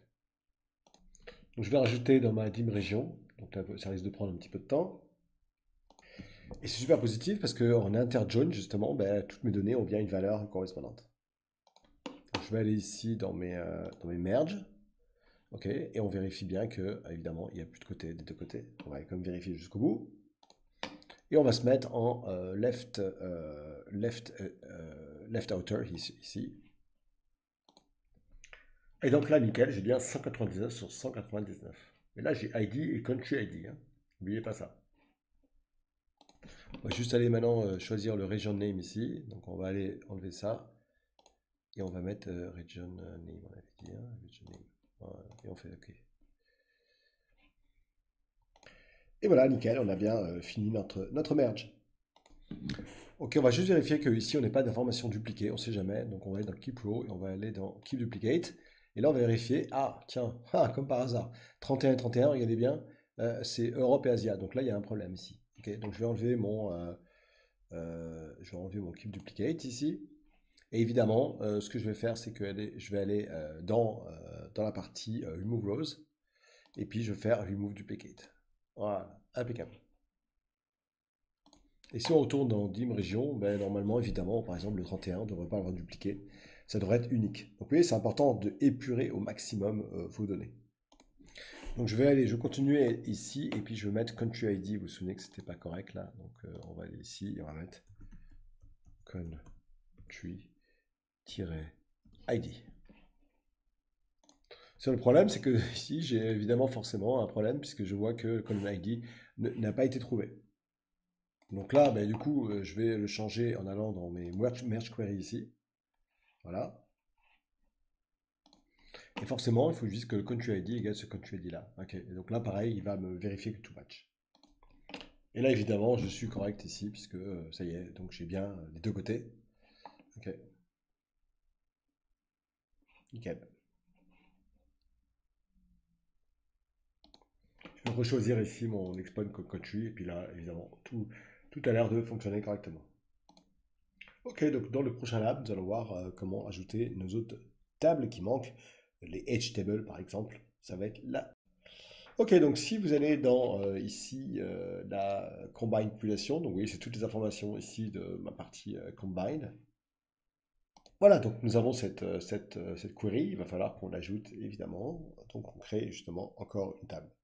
Donc on va aller ici, là-dessus, et puis on va faire un bouton droit, et puis on va créer une référence par rapport à ça. Et donc je vais récupérer celle-ci, je vais la mettre dans mon data model ici. Et on va l'appeler dimage. Donc dimage. Donc là, on a besoin que de la partie age group ici, d'accord? Donc je vais dans choose column ici, choose column, et on va dire qu'on n'a pas besoin du country ID, ça, on a juste besoin du age group. Hein. N'oubliez pas qu'on crée ce qu'on appelle une deep age. Donc je vais faire OK. Donc ce qui nous manque évidemment, c'est un index, c'est-à-dire un identifiant unique, identified. Hein. Donc ça, c'est important. Après, je vais identifier peut-être que 04 c'est un enfant, que après 60 à quelque chose, c'est autre chose, vous voyez. Donc là, j'ai mes âge group, il faut bien que je sache en fait compte à quel âge groupe ça correspond, hein. Ça me paraît logique. Hein. Ok. Donc là, évidemment, j'ai pas tout, hein, parce qu'il faut que je fasse load more, mais voilà, il faut bien que je lui dise, bah, c'est quoi, je sais pas, 04 c'est un enfant, un adulte, un adolescent, une personne âgée, une personne très âgée, enfin bon, voilà. Et là, il me manquera évidemment donc l'ID, on l'a vu, et effectivement, ben, à quoi ça correspond. Hein. Donc là, je vois bien que j'ai toutes mes âges ici. Donc voilà, ça c'est important de bien faire la différence hein, entre tout ça. Ok, donc là, j'ai fait select all ici. Voilà, on va juste rajouter les autres. Donc première chose qu'on va épurer, c'est qu'on va enlever tout ce qui est duplicate. On va faire remove duplicate. Voilà. Voilà, et donc là je vais ajouter une nouvelle colonne ici, donc vous avez une option qui est intéressante, c'est add colonne. Donc là ce que je vais faire, c'est que je vais aller dans index colonne. Donc je peux vraiment faire un custom si je veux, mais là je vais commencer par 1. Donc je vois bien que là, je vais avoir une nouvelle table qui va s'afficher ici, enfin une nouvelle colonne qui va s'appeler l'index. Ok, on va mettre ça ici, index, voilà, index. Et puis là, on va ici, au niveau de l'index, mettre le country ID ici. Age ID, pardon, évidemment, comme country ID, hein, donc logique, hein, donc je vais l'appeler Age ID. Ça n'a rien à voir avec le country ID. Ok, donc là j'ai un nom qui est correct. Et puis évidemment, je vais aller ici et je vais mettre un whole number. Ok, cool. Je vais quand même sauvegarder tout ça parce que bon, c'est important. Donc je vais faire apply later. J'ai besoin de quoi maintenant? J'ai besoin évidemment d'une catégorie maintenant. Vous vous souvenez, hein? Est-ce que c'est une personne, un enfant, une personne âgée? Donc j'ai besoin d'une catégorie. Donc maintenant, je voudrais extraire en fait compte les deux premiers, d'accord? Donc ça veut dire 10, 15, 20, etc. Tout, j'ai pas besoin du reste. Ok. Donc pour ça, on va dans Add Column. Et vous avez quelque chose qui est génial, c'est Extract. Ok. Donc Extract, et puis là, on va extraire donc les premiers caractères ou ce genre, ou les différents critères que vous avez. Et là, on voudrait garder plutôt les derniers caractères ici, d'ailleurs 19, 24, etc. Tout. Donc je vais aller dans Extract ici, je vais faire last caractère ici, et je vais mettre ici 2. Et je fais OK. Et là, normalement, il va récupérer 14, 19, 24, 29, 34, etc. Tout, et il va me créer en fait compte une nouvelle colonne. En fait compte, je me suis trompé, c'était pas ça du tout. Donc on va refaire un extract. Extract. On va dire insert last character, voilà, last character ici. Et je vais lui mettre 2. Donc on va renommer ça et puis on va dire que c'est age group et puis on va mettre max.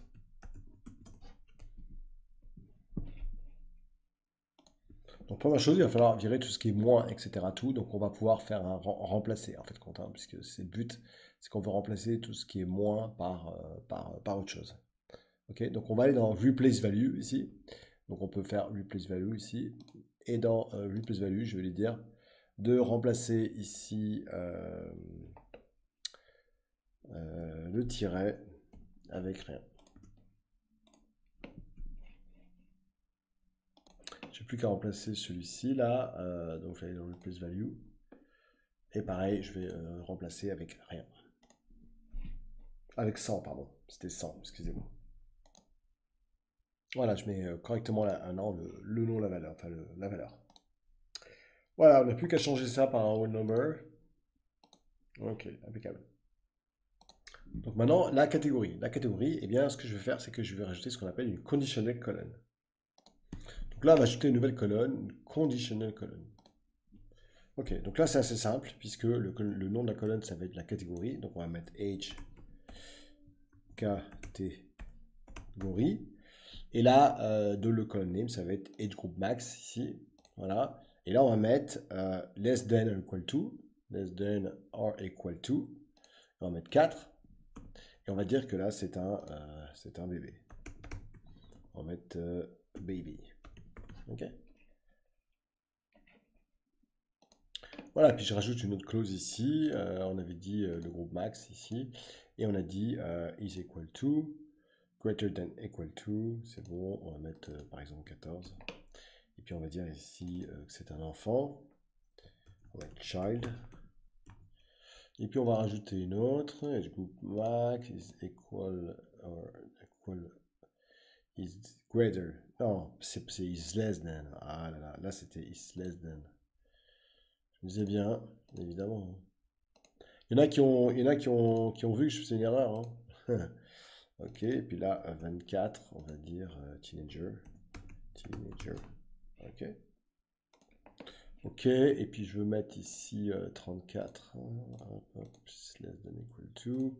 Et là, je vais mettre par exemple 34. Et puis là, je vais mettre, je sais pas, je vais mettre adulte. Adulte, et je vais mettre adulte, je sais pas moi, young. Ok. Et là, on va toujours mettre less is less than equal to. Et là, je vais mettre 64. Et là, je vais mettre par exemple adulte. Enfin bon. Mettez ce que vous voulez ici, hein, c'est pas le. Mais je pense que Conditional Access, c'est super intéressant. Et puis évidemment, si je trouve rien d'autre, je vais mettre senior. Voilà. Ok, on va voir le résultat maintenant. C'est parti. Et là, je trouve ça absolument génial. Youhou, génial. Alors, on va juste le changer en texte, celui-là. Et voilà, c'est fait. Donc, génial. Vous voyez que là, ça a bien marché. J'ai bien adulte, j'ai bien ici child, teenager. Donc, j'ai l'information. Ok, donc on va s'arrêter là, puisque maintenant, on va créer notre fact population. Donc, la dernière, évidemment, étape. On va créer maintenant notre fact population, d'accord? Donc, on a bien les 10 régions ici. On a bien le dim age. Donc, les régions, c'est correct. On a bien le dim age. Maintenant, il nous faut évidemment un lien vers les deux. Donc, dans notre fact population, on va déjà faire un lien vers age group et après, on verra la partie région. Ok? Donc, à tout de suite.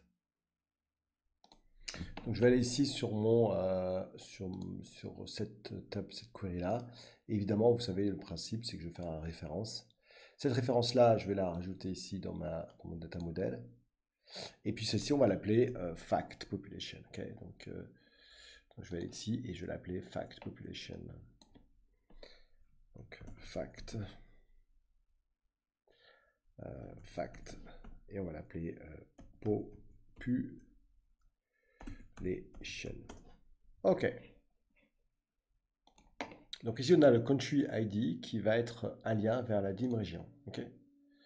D'accord. Donc on a bien country ID ici et on a bien ici, country ID. D'accord. Il nous manque évidemment la partie catégorie, hein, est-ce que c'est un bébé ou un senior. Donc je vais aller évidemment dans ma fact population et je vais aller ici dans ma merge query. Merge query, qu'est-ce que je vais faire? Je choisis que ici j'ai bien l'age group. Et puis le côté, à votre avis, ça va être quoi? Eh bien, ça va être le dim age. Bien joué, il y en a qui suivent, c'est bien ça. Ok. Et je choisis évidemment le côté age group. Voilà, j'ai bien les deux côtés. Ok, puis je fais OK maintenant. Je vois que ça correspond exactement au nombre de rows, donc c'est bon, et je fais OK. Et donc là, je vais choisir mon Age ID ici, je vais enlever tout ça, je fais ça, et puis je mets Age ID ici. Et puis je fais OK. OK, maintenant je vais choisir mes colonnes que j'ai besoin. Ici, donc je vais cliquer sur Choose colonne. Et puis ici, qu'est-ce que j'ai besoin? En fait, quand j'ai pas besoin de mon, donc j'ai pas besoin de mon country ici. Et j'ai pas besoin de mon age group. Voilà. Donc là, j'ai bien choisi mon country ID, mon year, gender, population et H2. Et je fais HID et je fais OK. OK, on va juste prendre le HID, puis on va le mettre ici. OK, impeccable. Donc maintenant, je voudrais multiplier ça par 1000 parce que je voudrais avoir quelque chose de plus logique. Donc je vais faire multiplier. Et puis, je vais dire que je voudrais multiplier ça par 1000. Et je fais OK. Je n'ai plus qu'à aller choisir ici et de mettre un whole number. Ok, donc on va maintenant voir comment optimiser tout ça. Donc je vais aller ici dans là, je vais faire close et apply. Voilà. Donc je vois qu'il est en train de tout récupérer. Voilà, je vois qu'il a récupéré tout ça ici. Donc je pourrais voir une entrée si je veux en cliquant dessus là. Et donc je pourrais les voir ici dans mes reports et je peux les voir dans mes data ici. Et donc si je clique sur une data, bon, ben, je vois l'entrée effectivement de mes data ici. En cliquant ici, j'ai mes différentes données ici, donc country code, etc. Tout, mes régions, toutes mes queries qui sont ici. Donc là, pour optimiser un petit peu la taille, si je retourne dans Transform Data ici, eh bien, on va pouvoir éviter de tout charger et donc pour optimiser la taille en fait. Et ça, c'est la possibilité de choisir une option qui s'appelle Enable Load. Donc là, on peut faire un truc pas mal, c'est qu'on va éviter que ça soit chargé dans la partie ici desktop. Donc on va aller dessus et puis on va faire Enable Load. D'accord? On va faire pour celui-ci, on va faire continuer. On va faire la même chose pour les autres. Donc on va faire un bouton droit ici, Enable Load. Voilà, on fait continuer. Et on va faire la même chose pour la dernière ici. Enable Load. Et là, vous allez voir que la différence va être énorme quand on va sauvegarder, évidemment. La taille du fichier va réduire. Je peux faire la même chose ici pour celle-ci. Donc je vais là-dessus, Enable Load. Même principe. Voilà, je fais la même chose ici. Donc vous allez voir, la taille n'a rien à voir. Donc c'est vraiment super intéressant. Donc je fais continuer. Je fais la même chose pour Region Full Name. Voilà. Et ça va m'éviter de récupérer toutes ces queries derrière pour donc ça va optimiser en fait compte ensuite le chargement de mes données en arrière-plan. Attendez, je vais faire ça, country added, j'avais dit quoi? C'est enable load. Et je vais faire continuer. Ok. Et donc maintenant je vais avoir beaucoup moins de données parce que si je fais évidemment close et apply, ben là il va évidemment récupérer que certaines données et non pas toutes les données qu'il y a derrière. Ok, donc on va le laisser faire. Et donc là, on en a beaucoup moins ici, hein. Donc là, on peut voir qu'on peut aller là, dans les différentes données, effectivement. Et si je vais ici, par exemple, sur d'image, ici, ben, on voit déjà que l'affichage se fait beaucoup plus rapidement qu'avant. Donc je vais sauvegarder mon projet ici. Donc j'ai un file, save as. Ok, on va le mettre dans Power BI, on va le mettre dans Final Project, New Folder, on va mettre Final Project. Et évidemment, la taille va être beaucoup plus petite, hein. Donc là, il suffirait que je vous montre sans avoir enlevé justement Enable Load. Donc si je vais dans Final Project, et puis là, on va l'appeler Project. Et puis on va l'appeler Project. Ici, Final. Et on fait OK.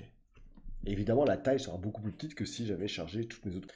Ok, deuxième partie de ce cours. Maintenant qu'on a tout préparé, on va voir le data model et relationship view. On va voir comprendre les relationships, M-language par rapport à du DAX, calculer les colonnes et les mesures et catégoriser les data. C'est parti. Donc on est parti, puisque maintenant on va voir tout ce qui est relationship. Ok, donc je vais choisir mes column charts ici. Donc je clique dessus, comme la première démo qu'on avait fait au début du cours. Hein. Donc là, on va commencer à remplir les informations ici qui vont bien. Donc on va faire quoi? Eh bien, on va aller dans Fact Population. On va prendre population ici, d'accord? Et on va prendre la population ici. Et qu'est-ce qu'on va faire? On va la mettre dans ici, Population. D'accord? Donc on a déjà ici une première partie intéressante. On va rajouter ça au fur et à mesure des autres informations par rapport à nos besoins. Donc continuons. Et puis pour tout ce qui est Axis ici, on va choisir l'année. D'accord? On va être dans Year et on va mettre ici dans Axis. Ok, super. On voudrait maintenant rajouter tout ce qui est image par rapport à nos catégories, si vous vous souvenez de ce qu'on a fait tout à l'heure. N'oubliez pas qu'on n'a aucune relation entre le dim age et fact population table, d'accord? Donc je ne pourrais pas prendre ici une information et la mettre ici, évidemment. Donc il nous faut une relation entre les deux. Alors ce qui est bien, c'est qu'on a le age ID ici dans dim age et on a en fact population, nous avons également le age ID. Et donc pour faire la relation ici entre le age ID et le age ID ici, nous avons la partie ici relation model.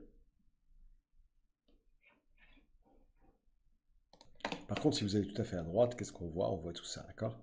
Donc ce qu'on va faire, c'est qu'on va pouvoir prendre le dim age, la mettre par là, dim région, et puis ici, j'en ai un autre qui est dim population, d'accord? Donc là, je vais mettre dim population ici, voilà. Donc on va essayer de le remettre un peu mieux. Donc si on met ici la dim région, on va mettre plutôt ça comme ça. Ici, on va mettre fact population ici, voilà. Et nous avons le dim age là. Ok, donc, attendez, je vais remettre ça un peu mieux, voilà. Et ici, nous avons le dim age. Ok, on continue. On va prendre ici le Edge ID, ici, et on va le lier à celui-ci. Ok, donc c'est simple. Hein. Donc celui-ci, le relier à celui-ci. Ce que je vais faire, c'est que je vais montrer un petit peu la différence. C'est que si je prends Edge catégorie ici, que je la mets dans légende, ici, eh bien, voilà, il n'y a rien de spécial ici. Ok, bon. Et là, il me met qu'il ne peut pas afficher le display ici. Donc je vais retourner ici dans ici ma relation. Donc là, ce que je vais faire, c'est que je vais prendre mon Edge ID ici. Donc je vais là-dessus, Edge ID, et je vais le mettre sur Edge ID. Ok, super. Si je retourne ici, là-dedans, ben voilà, j'ai plus d'erreur, parce qu'il y a bien une combinaison entre les deux. Et là, j'ai quelque chose de beaucoup plus sympathique au niveau affichage. Donc je peux, grâce à ça, évidemment, ici, faire le lien entre ces deux tables ici, d'accord? Et je vois bien que si je me déplace là, je vois bien ici les informations que j'ai sur mon dashboard. Mais si je veux maintenant par région, ben, évidemment, j'ai juste à prendre mon region name ici et le mettre dans les légendes. D'accord? Donc, si je vais ici et que je le mets dans les légendes ici. Et là, évidemment, on a le même problème que tout à l'heure. Eh bien, il n'y a pas de religion entre la région et la population. Donc, on va aller ici et puis on va faire le travail dans l'autre sens. Donc, je vais aller dans mon country ID et je vais le mettre ici. D'accord? Donc, je vais prendre mon country ID ici et je vais le lier à mon country ID ici. Ok, dès que je fais ça, ben, vous allez voir que tout de suite, évidemment, si je vais là, eh bien, j'aurai normalement plus l'erreur. Voilà. Et là, on a cette fois-ci, par région. Donc tout à l'heure, on l'avait par âge, et là, on l'a par région. Donc vous voyez qu'ici, je suis allé prendre effectivement mon region name ici, que j'ai mis là. Et là, on l'a bien par région. Ce qui est intéressant, c'est que si vous voulez vraiment voir quelque chose de plus clair, vous pouvez aussi voir les manage relationships. Je trouve ça pas mal parce qu'il vous me remontre en fait compte ici ce que vous avez fait à l'instant au niveau de drag and drop. Ok, donc on va passer à une autre explication. Je vais vous montrer ce que c'est que les différentes relationships là. On va parler de cardinalité, de cross filter direction et de active properties. A tout de suite. Pour ça, je vais charger un nouveau projet. Ok, donc je vais vous parler des relations et on va voir des choses intéressantes. On va voir le many-to-many. Donc là, qu'est-ce que j'ai? J'ai un product type avec ID ici, d'accord? ID car, j'ai A, B, C, D et j'ai la couleur de ma voiture ici, d'accord? Donc j'ai green, red, blue et yellow. Si je vais dans car producer, qu'est-ce que je vois? Donc je vois par contre ici que j'ai le nombre d'unités qui ont été produites et l'année. Par contre, je vois que l'ID car arrive plusieurs fois. Il y a AA, BB, CC et DD. Et puis pour les voitures vendues, j'ai le même principe, vous voyez, A, B, B, C, C, le nombre de ventes et le year. Donc j'ai bien là Product Sold et Product Type. J'ai déjà deux schémas ici, donc si je peux prendre ce schéma-là, je peux voir ce schéma-là ici. Et le premier schéma, qu'est-ce que je vois? Que dans les voitures qui ont été produites, j'ai bien ID card, et dans les voitures qui ont été vendues, j'ai l'unit. Donc là, déjà, je vois qu'il y a un problème entre les deux. Donc vous voyez que ça, c'est pas normal, hein. Si vous me dites que c'est normal, ben non, parce qu'on voit bien ici que les champs sont mal choisis, mal sélectionnés. Donc si on retourne ici sur les tables, voilà, on a bien nos trois tables. On a product type ici, donc je vais mettre product type ici, voilà, product type. Et nous avons le nombre de cartes qui ont été produits, nos voitures, et les cartes soldes. Ok, très bien. Donc ici, qu'est-ce que je vois? Je vois que j'ai mon ID card ici, avec mon ID card ici. Ok. Et puis ici, j'ai mon ID card ici, avec mon ID card ici. Donc c'est vrai que on a plusieurs informations to one. Ok. Ok. Donc là, on voit bien, on a cette information to one ici. Donc si je prends l'ID card ici, et que je lis à l'ID card ici, ok, très bien, et que je prends ici l'ID card ici et je lis à l'ID card, on va voir la différence. Donc je prends l'ID card ici, et pareil, je le lis à l'ID card ici. Ok. Et évidemment, ce fact table est un connecteur vers ces tables-là. Donc vous voyez que les flèches sont là. Et je ne vois pas de grosse différence ici par rapport à ce qu'on a vu tout à l'heure, hein. Donc sur ce cas, on voyait bien que la flèche est vers le bas. Et il faudrait évidemment que ces deux tables puissent communiquer ensemble ici. Vous voyez, ID card ici. Ok, donc on va dans Manage Relationship ici. Ok. Hop, je vais juste recommencer, je me suis trompé. Donc pour faire ça, je vais double-cliquer ici sur cette relation. Et là, j'ai bien Card Production et Product Type. Et là, ce qui est intéressant, c'est que j'ai single. Par contre, si je mets ici both, regardez ce qui se passe. La flèche va arriver et va changer. Ça veut dire que les communications peuvent se faire de là à là et de là à là. Et si je vais ici, effectivement, ben là, c'est vachement plus intéressant ici. Vous voyez, au niveau des informations, on a bien Unique Sold et Unique Producted et Unique Sold. Rien à voir avec ce qu'on avait avant. Et là, même problème, je n'ai pas la bonne information. Donc, je vais aller ici, je vais double-cliquer sur mon lien ici. Et je vais mettre également both ici. Voilà, et ça change tout parce que maintenant, c'est dans les deux sens ici. Et si je reviens là, voilà, là on a quelque chose qui est beaucoup plus intéressant qu'avant. Donc on a bien ici, en fait, compte, many to many. Donc c'est ça le principe. Ok, voilà une petite explication justement de la partie relation qui peut vous aider évidemment dans l'analyse et dans la gestion de vos données. Allez, à tout de suite, on va avancer sur les langages. Alors, on va commencer par voir le DAX. Ok, d'accord. Donc ça, c'est vraiment notre langage qui ressemble un peu à des fonctions. Donc Excel, si vous connaissez les fonctions Excel, ben, forcément, ça va être beaucoup plus simple pour vous. Ok, donc là, nous avons toujours notre modèle ici. Donc là, par exemple, je vais aller dans la partie d'image. Ok, donc je clique sur d'image. Voilà.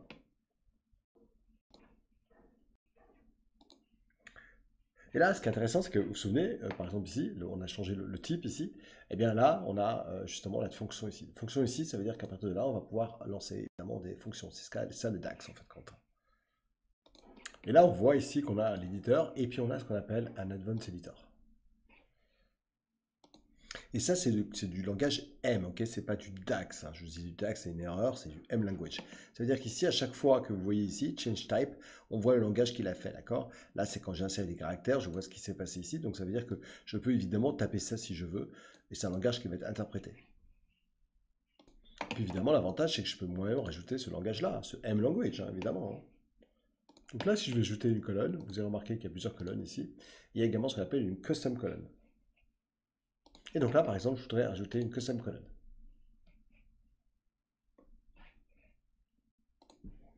Ok, donc là on va faire un test de M. On va l'appeler test M. Donc par exemple, on voudrait combiner les groupes Edge Group et Edge Category. L'avantage, c'est que vous avez déjà ça ici. Donc on va pouvoir insérer ça ici dans le langage M. Donc là, ça veut dire que je peux aller ici, je peux aller dans Edge Group ici, d'accord? Je peux faire insérer et par exemple, je peux mettre la catégorie. Et je voudrais rajouter ici entre les deux un espace. Donc on rajoute évidemment ce signe-là, hein, que vous connaissez. Je vais dire que je veux rajouter donc un guillemet. Les guillemets sont là, voilà. Et je vais rajouter un espace. Je ferme les guillemets et je rajoute ce caractère-là, d'accord? Donc ça veut dire qu'il va m'ajouter un espace simplement entre les deux. Voilà, donc j'ai mis un petit espace entre les deux. Et si je fais OK maintenant, qu'est-ce que j'ai? Ben, j'ai une nouvelle catégorie qui va s'afficher. Et là, on voit que évidemment, on a évidemment ce qu'on a ajouté ici, mais lui, qu'est-ce qu'il a fait? Il a rajouté table add colonne, le change type ici, vous voyez, test M ici, each, Et ici, ce qu'on a rajouté avec l'espace au milieu, c'est pour ça que vous avez un espace effectivement au milieu. Ok, donc on va aller faire un close et apply ici. Donc on va aller dans File. Ah, ça vous connaissez bien. Hop, Home. Et on va faire un close et apply. Ok. Et si je retourne évidemment ici, j'ai des edge. Ok. Alors maintenant, je suis dans. Donc j'ai ici, évidemment, mon M-test. Et là, quand je fais ça, j'ai Column Tools et Table Tools. Voilà. Et là, ce que je vais faire, c'est que je vais faire une nouvelle colonne. D'accord. Donc je clique sur une nouvelle colonne. Ici. Voilà. Et ici, je vois que j'ai un langage ici. Et là, je vais devoir rajouter mon DAX. Et évidemment, il n'y a aucune aide, hein. Donc, on va mettre, par exemple, le nom de la colonne. On va mettre ici DAX, test, égal. Et là, eh ben voilà, c'est là où ça commence. Et là, cette fois-ci, pour nous aider, je vais faire mon bracket ici. Et là, par exemple, je vais prendre Edge Group, ici, voilà, comme j'ai fait tout à l'heure, hein. Donc, je rajoute maintenant le et ici. Et donc, je le fais moi-même, hein. Donc, et. On avait dit les guillemets, tac, tac. Et je ferme également à nouveau de l'autre côté. Voilà. Et là, je vais rajouter le Edge Category. Donc là, pareil, je fais ça, et je prends Edge Category, et je ferme ici. Voilà, et si je fais entrer ici maintenant, ben, qu'est-ce que je vois? Je vois qu'il m'a créé justement ma colonne, ici, qui s'appelle DAX Test. Donc vous voyez, c'est un peu la même chose que le Core Editor, sauf que c'est un peu différent. Ok, donc là, ce que je vais faire, c'est que je vais enlever tout ça. D'accord, je vais me mettre ici. Ok, cool. Et là, par exemple, je voudrais concaténer deux colonnes. Eh bien, là, on a un langage. Si je tape CON, eh bien, ça y est, on arrive à une fonction ici. Et j'ai bien le langage, le fonction concatenate. Et là, je peux choisir concatenate, hein, vous vous souvenez. Donc, on va revenir ici. On va mettre CON. Et là, j'ai concatenate. Et là, il me dit texte 1 et texte 2. Vous voyez, c'est marqué dessus, c'est vraiment les niveaux DAX, ou comme les fonctions Excel finalement. Donc là, du coup, je peux faire la même chose, hein. Donc là, c'est Renet, je fais ça. Je prends mon Edge Group. Voilà, je ferme ici. Et je fais un virgule. Et puis là, je voudrais rajouter également mon Edge Category. Voilà, nickel. Et là, on est vraiment au niveau des fonctions DAX. Donc juste à fermer la parenthèse et à faire entrer. Sauf qu'on n'a pas l'espace, d'accord? Donc ce que je vais faire, c'est que je vais enlever ici le Edge Category. Donc on va l'enlever jusqu'à le comma ici, donc la virgule. Ok. Et là, j'ai bien ici mon virgule avec le Edge Group et la parenthèse qui ferme. Donc là, je vais rajouter un espace. Donc je vais ici, je retape concatenate. Voilà, concatenate ici. Et toujours pareil, j'ai deux. Donc le premier, ça va être quoi? Ben, ça va être évidemment mon guillemet, mon espace, mon guillemet. Et ensuite ici, je vais à la fin, je fais virgule. Et là, je fais Edge Category. Hop là, je n'ai pas pris le bon résultat. Ah oui, il n'a pas pris. Excusez-moi, désolé. Donc là, je vais enlever ça. Ici. Ok, et là, j'ai dit quoi? Ah ouais, donc là, c'était Edge Category. On va faire ça, on va faire ça. On avait dit Edge Category. Voilà, c'est déjà mieux. Et là, on est bien.